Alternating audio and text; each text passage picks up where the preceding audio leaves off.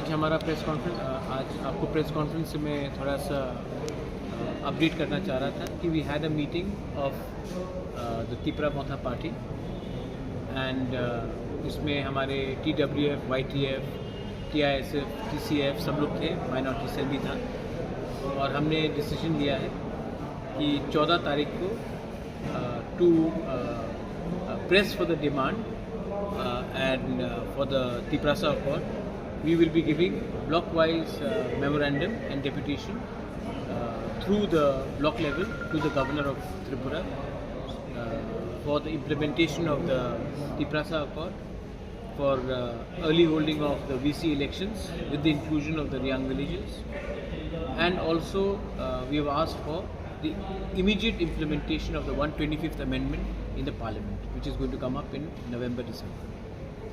तो इसके लिए आज हमने अपना मीटिंग रखा है और 14 तारीख को हम लोग पूरे त्रिपुरा में peacefully to press for a demands we are going to do a deputation across the state at the block level and at the DM, BDO, SDM level with a common memorandum to be given to the Governor of Tripura. ये आपको update करने के लिए आज हमारा meeting इसका chief minister can only give his view, but the implementation of 125th Amendment ये chief minister नहीं कर सकता, ये पार्लियामेंट कर सकता है। पार्लियामेंट में आज के दिन BJP भी यही बोल रहा है, कांग्रेस भी यही बोल रहा है, सब पार्टीज एक ही बोल रहे कि 125th Amendment इम्प्लीमेंट होना चाहिए। तो अगर सब लोग रेडी है तो हम को क्यों बोला जा रहा है कि वेट करो वेट करो वेट करो, हम कब तक वेट करेंगे? उनके लिए शायद थोड़ा देर वेट करना प्रॉब्लम नहीं, लेकिन हमारे लिए तो बहुत इम्पॉर्टेंट है। तो इसमें chief minister he can not do anything, ये पार्लियामेंट का डिसीजन है। रिगार्डिंग VC इलेक्शंस हमने और जगदीश देवर्मा भी थे वहाँ में, BK रांखल भी थे जब हमारा मीटिंग हुआ, तो उन्होंने कहा कि as per high court direction ये लोग VC इलेक्शंस होल्ड करेंगे as soon as possible within the direction of the high court. और रहा तिप्रासा अकॉर्ड का, ये महीने के अंत में फिर से दिल्ली में हमारा मीटिंग है। इसमें भी हम अपना जो हमने पॉइंट्स राइटिंग में दिया है गवर्नमेंट ऑफ इंडिया को, वो पॉइंट्स के लिए हम लोग फिर से निगोशिएट करेंगे।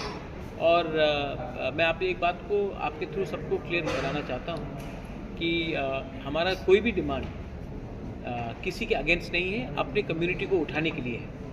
और अगर किसी को लगता है कि अगर ट्राइबल अगर उठ गया तो किसी और का नुकसान है स्टेट में, तो वो गलत और जहर फैला रहा है। हमने किसी के अगेंस्ट कुछ नहीं कहा है, हमने अपने डिमांड को इम्प्लीमेंट करने के लिए हमने ये डिमांड्स रखा है गवर्नमेंट ऑफ इंडिया के सामने।